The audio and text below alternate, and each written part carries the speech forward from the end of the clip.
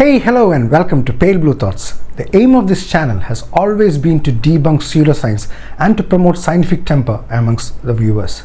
But over the course of the last 2 years, I have come to realize that the task that I have undertaken is not so easy. That is because the amount of pseudoscientific garbage out there is humongous. We've all been there. You're scrolling through your Facebook or Twitter feed and suddenly you come across a post that makes you do a double take. Or you're scrolling through YouTube and you come across people like Sadhgurus or BM Hegde or some YouTubers whose main job is to spread misinformation. Now you know that this headline or video title is total BS. So you start to write a comment to refute the post, of course. But as you start typing your comment, you realize something. Refuting rubbish takes way more effort than producing it. Why is it so hard to refute rubbish? That is what we will see in today's video. We will also learn how to spot bullshit and also learn how to refute it scientifically. And guess what? There is actually a law for it. Who would have thought of that? Hello, I am Anand and I welcome you to Pale Blue Thoughts to discuss Brandolini's law.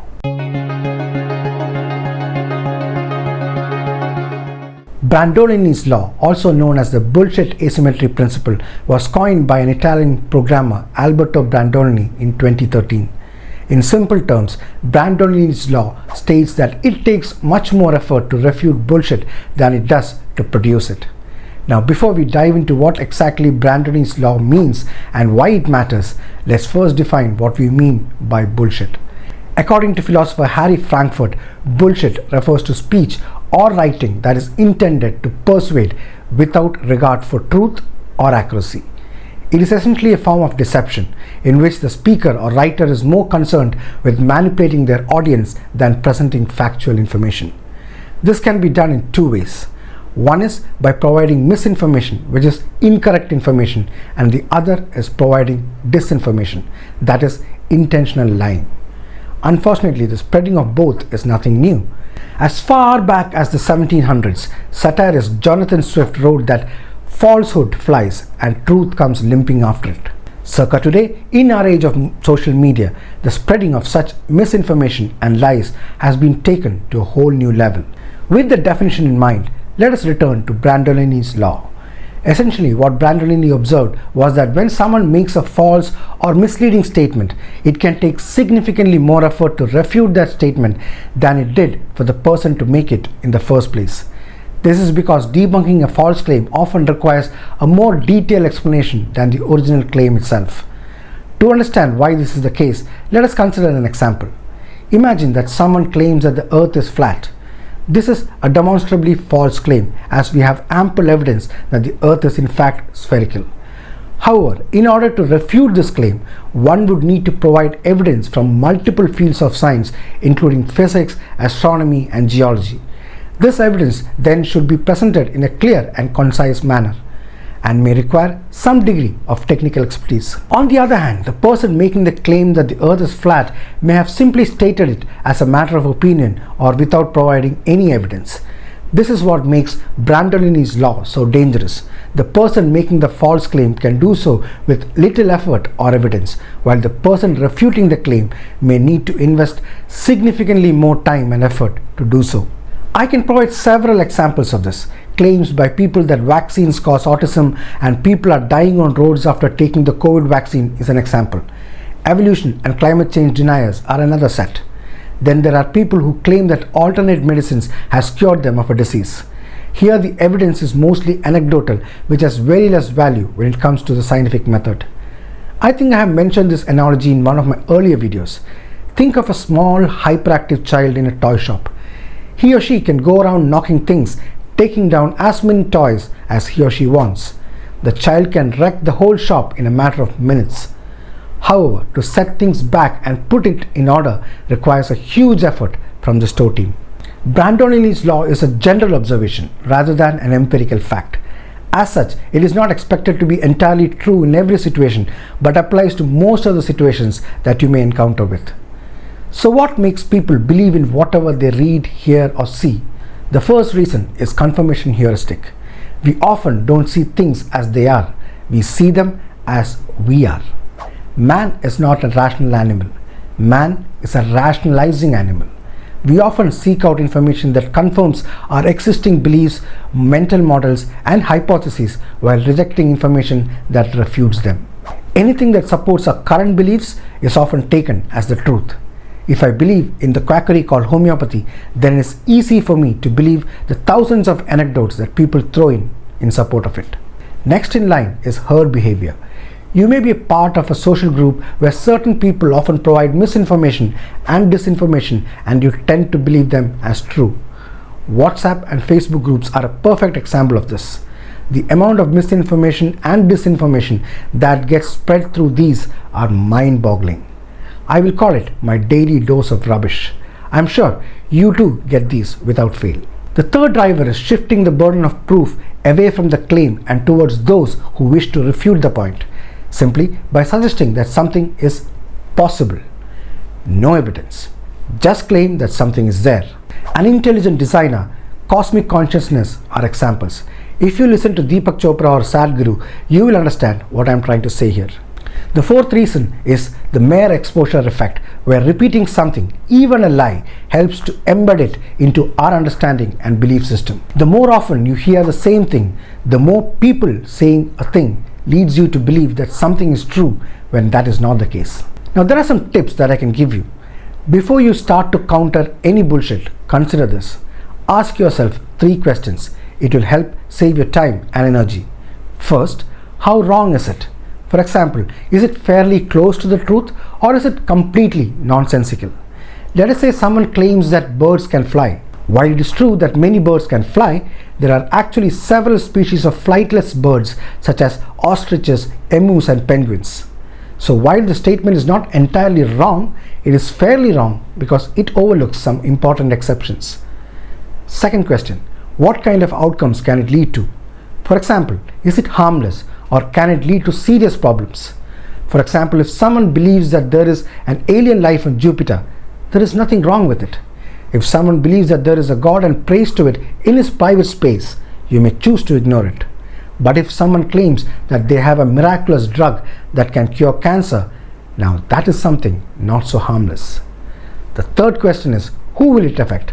For example, is it likely to influence only a few people or can it shape the opinions of thousands?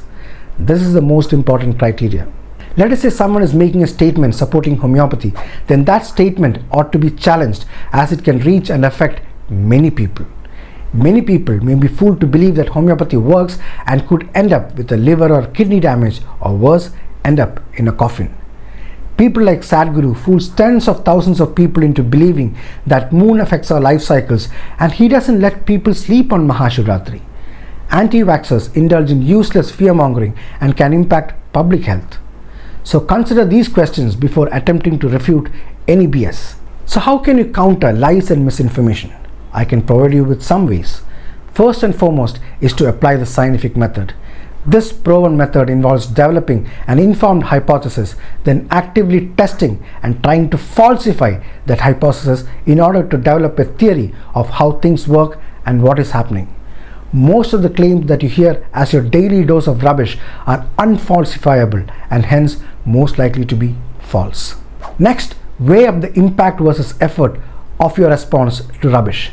When facing misinformation, it's important to access the impact that it's having on a particular audience group and being more conscious about how much time you want to spend refuting it. I have seen this in many clubhouse discussions where people spend a lot of time and effort in trying to debunk rubbish being spewed by some people. Although it is tempting to argue with the person making a tall claim and to convince them that they are wrong, the real battle lies in convincing the broader audience of that misinformation. Rather than trying to prove a person wrong, the right information should reach all those who are part of the conversation. I was recently part of a discussion with a Marma practitioner over the topic of what causes fever. His view was that fever is not caused by the body's immunity trying to fight a disease and that modern science was wrong. No amount of evidence could convince him and his statements were all BS. So finally, I let it go instead of wasting time to refute the rubbish. Thirdly, push the burden of proof back. The bullshit asymmetry principle is based on the source of misinformation, putting the burden of proof and effort on you to refute their claim. Like some people ask you to prove that God doesn't exist. Sometimes you can turn the tables by asking for proof behind their claim. Remember Carl Sagan's famous saying that extraordinary claims require extraordinary evidence? Don't let the people throwing the rubbish put the burden of proof onto you. Counter it by asking them for evidence for their claims. So why does Brandolini's law matter? Well, first and foremost, it highlights the importance of critical thinking and fact-checking.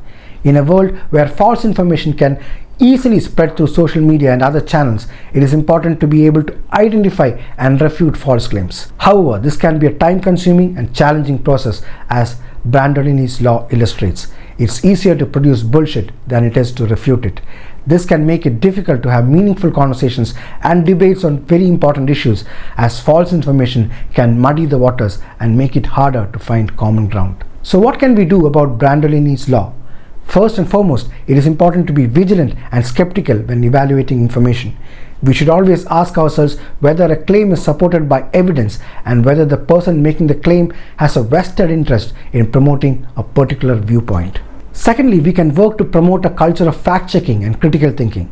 This can involve encouraging others to fact-check information before sharing it on social media. If you are successful at this, you can easily stop these from becoming viral. There are many fact-checking websites that you can use these days for it. By building a community of informed and critical thinkers, we can help to counteract the spread of false information and reduce the impact of Brandolini's law. Refuting bullshit generally means proving that it is wrong. However, even if you have refuted some piece of bullshit, that doesn't necessarily mean that you will successfully convince people that the bullshit is wrong, since people might continue to believe in bullshit even after seeing it being refuted. This can be attributed to various factors, such as that people find simple bullshit more appealing than the complex explanations needed to refute it, or that the bullshit confirms their pre-existing beliefs. In this regard, convincing people that a certain piece of bullshit is wrong won't necessarily change their associated stance. For example, if someone believes homeopathy can cure their diseases, convincing them that some bullshit that they said in support of this is wrong won't necessarily get them to change their broad stance on homeopathy. They may cling strongly to the fact that homeopathy cured them of their self-limiting disease. Finally, another obstacle to changing people's minds about bullshit is reaching them in the first place. Specifically, even if you produce a viable refutation of certain bullshit, that refutation still has to reach people who believe the bullshit in order to change their minds. Also, bullshit tends to reach people first, and not everyone who encountered it will also encounter the associated refutation. This is a challenge that my channel and I face. Reach has been very hard. So it is my sincere request to my viewers, please help the right message reach many eyes and ears by sharing the videos in your social media. You can help bring down the level of BS in the society. In conclusion, there is actually a law which tells you that it is more difficult to refute rubbish than to make it, which is why you get to hear and see so much of pseudoscientific garbage all around you. I hope this information about Brandolini's law was new information for you.